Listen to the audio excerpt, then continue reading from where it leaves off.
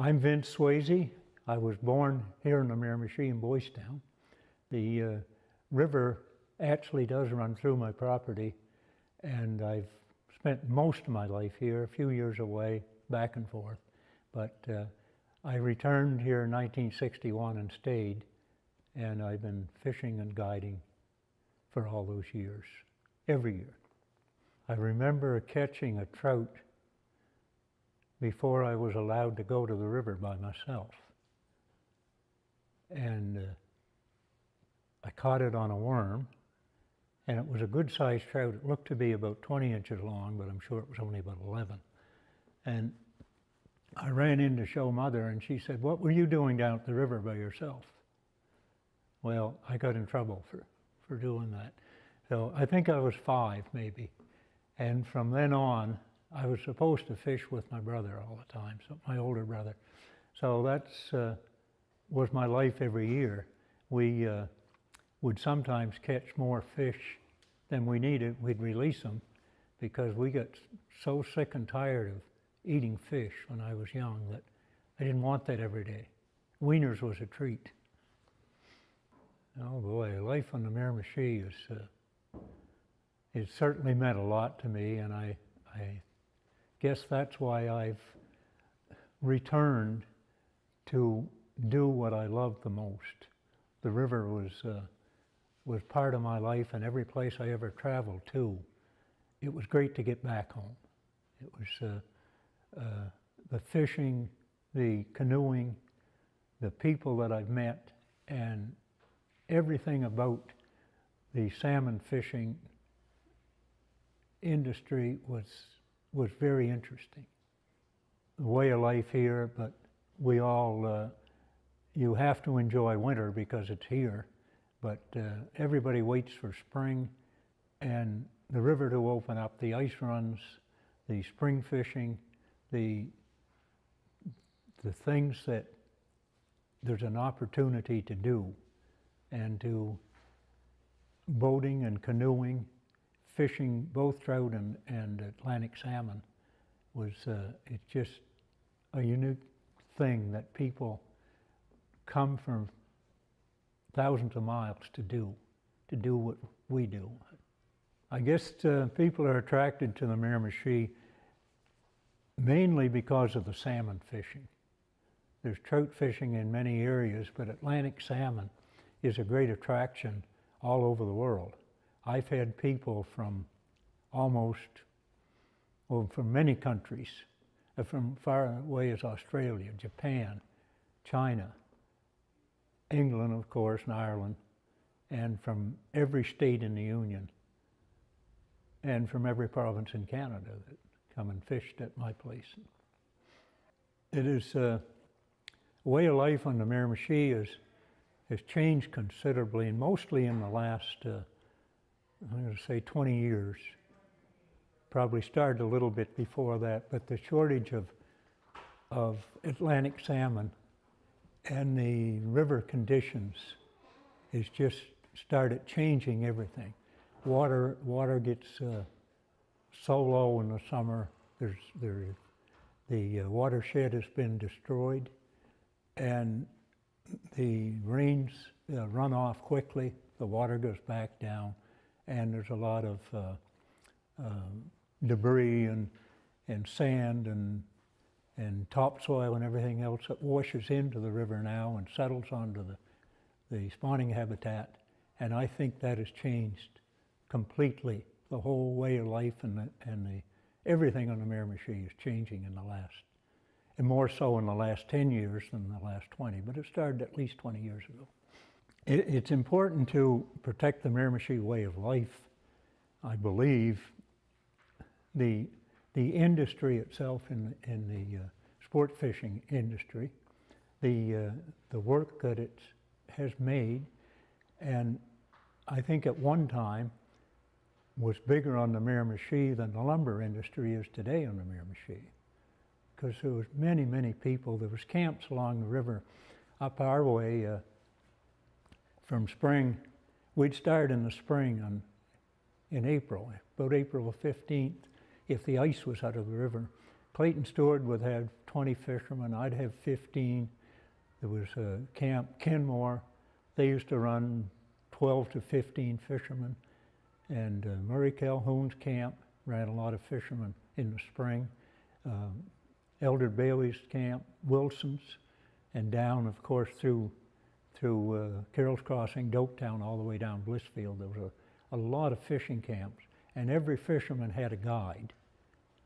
It would last probably, the most I guided in any one spring was 37 consecutive days. And there was many others that were doing just as many as I had. I guess you'd have to say government would be the only ones who could protect the way of life and the river by making some regulations in how the watershed is being destroyed. I think that lumbering could have continued to be done without destroying the watershed, and left at least buffer zones, save the hardwood, stop the herbicide spraying, and governments are the only people that can do that. Herbicides has been banned in many provinces and in many states. They must know why. We should have a study done on this river to find out what effect it has had on the habitat, both spawning and rocks are in the spawning area is embedded now in mud and sand. It's just, it's almost discouraging to look at it. Places where I used to watch salmon spawn, they couldn't spawn there anymore. I guess way of life on the Miramichi it totally changed. I think it was certainly was a very important part of my life and growing up. It's changing rapidly, and a lot of the younger people don't get involved in it like we used to, and of course a lot of the younger people don't stay here anymore. There's, I think there was enough work in the area at one time that it kept a lot of our young people here, and now that everything has changed and salmon are not totally gone, but certainly much scarcer than they were in the past. The salmon angling was very important to the economy along the river. There was many, many jobs created. At one time on this river, when we were lobbying to get the commercial fishery stopped, there was some 300 jobs here in the Southwest. And that was a big industry from the head of the settlement at Hayesville or up to Rocky Brook, we'll say, to the Tideway, was a lot of jobs created. Every fisherman come in had to have a guide. They ran camp, served meals, and the people, the towns, the stores, the gas stations, everybody notices the difference today from what it used to be. And there was a lot of people around all summer, a lot of non-resident cars, and many of the people at gas stations just can't believe it now, the changes that has occurred over those years. The impact of the salmon totally disappearing here, it's been affected so much already, it would totally change what's left. In a way that, people wouldn't come here to visit anymore. There isn't really things left to see like there used to be.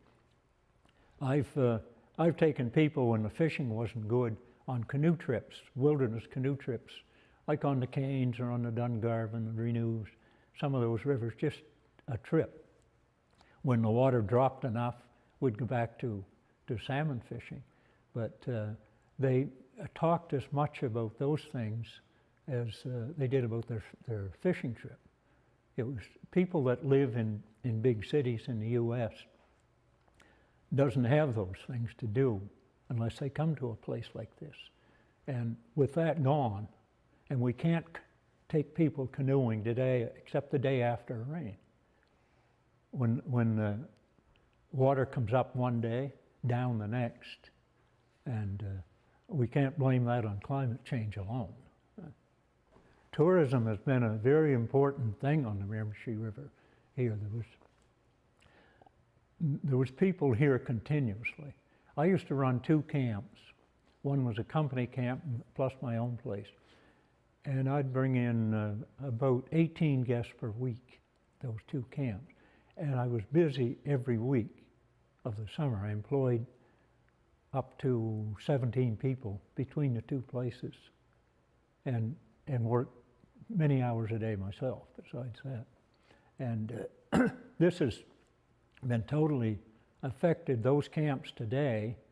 One of them has 2 employees, and I think the other camp has, I'm going to say 4. When I was there last year, there was 4 people working there. Tourists are, number one, when they come to the Miramichi, are looking at salmon fishing. There are other things that can be done, and we've always tried to do that, to go to look at things like Fallbrook Falls, or drive into the barrier pools and just show people around the area. Do canoeing, do things that you think that people will enjoy, and they usually do enjoy it. But without the salmon, I don't think we get a lot of those people coming here for what the other things we have to offer. There are many threats to the salmon population, and I could start at the sea and work upriver, or I'll start at the headwaters and work down. Is the watershed being destroyed, the water warming up in the river, which isn't all caused from global warming, the problem with the spawning grounds, what's happening to it, how the rocks are embedded in the river. The predators, striped bass is a serious problem, and government doesn't seem to want to do anything about that. Seals, I believe, are a problem. One time we blamed mergansers for being a problem, but they were always here, and there was plenty of par, which they attack, but and commercial fishing, of course, has some effect, I'm sure. One time, poaching was a serious problem. It's probably still fairly serious for the amount of fish we have. Excuse me. We have very few wardens on the river anymore. The few wardens there are, and the provincial wardens, is chasing people on ATVs for not having a helmet on, and that sort of thing. Not protecting the fish like they used to do. Poachers can watch where they are pretty well, and go out and poach whenever they feel like it. It's just almost an open season. I think if governments would begin very quickly, they could save the salmon in the Miramichi. There has to be some things looked at, and they have to listen to many of the people who are on the Miramichi and knows what the problems are. Even if I'm sure I don't know them all, but I know a lot of them, but you put a lot of us together and we would know most of them. I've been involved in conservation organizations for many years. The Miramichi Salmon Association, I think I've been a director for some 42 years or something on that. I'm still on that board. I've been on the watershed management group since it originated in the early 90s, and been a member of the New Brunswick Salmon Council for several years, had been, and of course members of many other conservation organizations that have been involved. There's, I think in the past, we have tried and did do many good things by lobbying, by doing things that was going to help the river. I think there's still a lot of work to be done, And if conservation organizations could put more pressure on government somehow to do the things that needs to be done, I think would help a lot. Because governments is really the only ones can change it. We can make all kinds of recommendations if they don't do it, but if we put enough pressure on, I think down the road that they should, if they have any interest, they should be able to do something about it. I've fished with many people and outfitted many people for salmon fishing and some very well-known ones. I spent a lot of days fishing with Ted Williams, who everybody knew was a ball player. I used to have quite a few of the New Jersey Devil players come up here and fished with them. A lot of them well-known. We didn't get a lot of ball players because the fishing season and the baseball season kind of was the same time. So a few movie actors. William Hurt fished with me many times. I had Henry Ford booked once to fish, but he had to cancel, and I also had John Wayne booked, and he had to cancel. So I never did get an opportunity to meet John Wayne or fish with him. But would have been very interesting for me had that happened. There are many other CEOs of large companies that I've entertained, and a lot of their high-level people that have very important jobs in the U.S. A few politicians, John Fraser, when he was Minister of Fisheries and then Speaker of the House, he fished with me a lot of times. And I think he did salmon a lot of good when he was Minister of Fisheries too. He was responsible for stopping the offshore Canadian commercial fishery. And we thought that was going to be the answer until the other problems popped up following that. So, and no matter what anybody does, the problems doesn't end, they just keep coming. I've had some very interesting things that happen fishing, and there's a lot of stories to be told. Some can be embellished to make them more interesting, but of course I wouldn't do that. They'd be true stories only. But once when I was very young, there was a couple of fellows come into my father. My father was running the place. I was 9 years old, and they said, "Where do we fish?" Well, back in those years, they weren't required to have a licensed guide or anything. He said, "Oh, the young fellow will show you." So he called me in and asked me to show them where to fish. So I put them in a boat, pulled them across to Island Pool, and they start fishing. And one fellow hooked a salmon. And I ran and got the net and come up and placed the net in the river. I did know how to net a fish, but they didn't believe it. So the other fellow, he quit fishing and come down and took the net. He said, "I better do that." Okay. So he chased the fish all over the pool and swiped at it I don't know how many times, and finally hit the leader and broke it. So the salmon was gone. And soon they got back fishing. He hooks a fish, the net man. He hooks a fish. And same thing, I got the net. Second guy comes and thought he better net it. He did the exact same thing. He hit the leader and broke it, and that salmon was gone. And I don't know to this day if he did that to get even or if neither one of them knew anything about netting a fish. But there were many interesting things, and of course I learned from everybody. I tried to learn something from everybody that I fished with.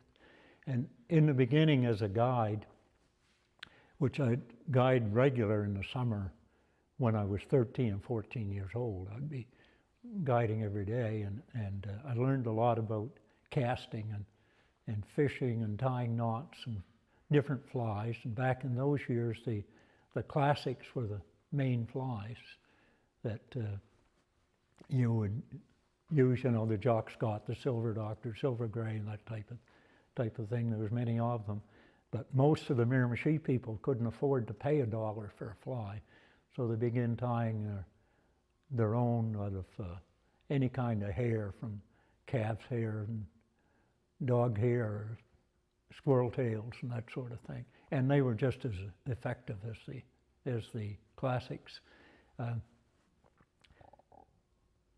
I remember an occasion of making 6 casts once in the summer, in July, and getting 4 fish on 4 different rods for 4 different people. And I made 1 cast for one fellow and passed him the rod back.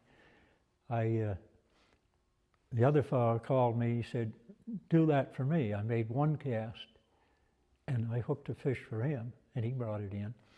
The third fellow wanted me to take his rod, and I said, "I'll be right back." So I went up to the cabin and I come back. And he said, "Okay, it's my turn." And I was hoping that he would move down a little while I was gone, really, to get in the best spot. And I made 2 casts, got a fish, gave him the rod. The next fella wanted me to do it for him, so I made 2 casts with him and caught a fish. So they had their 4 fish. The 5th fella asked me if I would hook one for him, and I said, "Look, I'll have to do it tomorrow because 4 fish is the limit for anybody."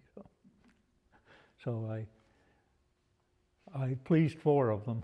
Probably the next day I got one for each of the others, I'm not sure. Right out in front of the house at my home, we'd fish there in what we call Camp Pool today. And it was a grilse, but I got it on a worm, and was really fishing for trout. And in those years we had no equipment. You'd have line wound on the end of an alder pole and cast it. So to get something the size of a grilse, you had to quickly get the half hitch off the end and kind of hold it so it would spin out. And then when you got enough line out, you fought it by hand, not on a reel. So there was many of those fish that were lost, of course, but I finally got one in, and I was probably 7 years old at that time, and I only had a couple of years' experience at fishing. The biggest one I caught myself was about 26 pounds. I never got one bigger than that. I've guided many people that caught them in the 30s, and most of those big fish in my career as a guide was after the commercial fishery stopped in 1984. 83 was the last year for commercial fishery. So we had a lot of good-sized salmon in this river. Prior to that, the Miramichi was labeled the Grilse River. But the big salmon were coming back to the river. And at one time, many years ago, I used to hear stories of fish being in the 30 pounds, but I hadn't seen one for a lot of years until I'd never seen one until into the 80s, 90s. And we had some big fish. We caught 9 fish one September at my camp that were over 30 pounds. So forget which year that was. Maybe 93 was a great year. It might have been that year. We had a lot of big fish. Life on the Miramichi. Of course, I have to go back. I can't go into the future, but it's been wonderful to have lived here for my years. I don't know where I could have gone or what I could have done in a way of life to have enjoyed it any more than what I have did for a living. And there was a lot of long days and there was a lot of bad years, but mostly they were all good years. In the end, I was able to work from the 15th of April through the 15th of October. I spent a lot of time on the river, and I met a lot of great people in those years. Many of them are gone now, but we still have stories that we talk about with their friends who've returned. I've had a lot of people that fished at my camp for 45 years. Some of them. I lost a customer last year who come here first in the 60s, and the last 25 years he come twice a year, come in July and again in September. Well, I had many people that were repeats, they returned, they loved it here, and some of them now are too old to fish, and you know, of course they're not as old as I am, but they believe they're too old. I think like it, most of the camps here make people very welcome and do things with them and get to know them well. I always found it very important to mix with the guests, and when you mix with them, you get to know them very well, and especially if you have the opportunity to guide, like I did. That was the best part of running camps, to me, was the guiding. It made my days a lot longer, but I got to know the people very well and made many good friends while I was doing it. And most of the camps along the river, people return to year after year. And sometimes you'd get people that were at somebody else's camp because they couldn't take them, or they caught no fish and they heard that the fishing was better someplace else. And of course there's certain times during the season that fishing is better at one camp than it is the other, or the next week it might be better at a different camp, so depending on where the fish are. For a newcomer to catch a salmon, it was always very exciting for me. I would rush toward them to make sure they didn't hold onto the reel or the line, and to try to help them keep the rod, keep the tip up, let the fish go. The first few minutes always belongs to the fish. And it was always very exciting to see the reaction of those people. If you could prevent them from making a mistake by not holding the line and breaking the lead or losing the fish, and once they settled down and you could help them and get it in, why, those people that was a moment they never forgot, I'm sure. And for many years, they'd talk about that first fish. And so it was always exciting to me as a guide to see those people do it. And the most important thing, of course, was to see the guests catch fish. Not the guide catch them and pass the rod. That was all right for the first one, and then you could, but after that, it was most enjoyable to see the guests catch their own fish. I'm hopeful that there can be enough things done, if they're done soon, to keep the salmon coming into the Miramichi. I think they can still be saved by doing the right things. No kill right now is very important. I'd love to see it come back to where we could keep a fish a day, grills or a salmon. And a lot of things governments could do, like in the spring, we have to, when the water's high and cold, fish are tough, we have to use a pinched barb.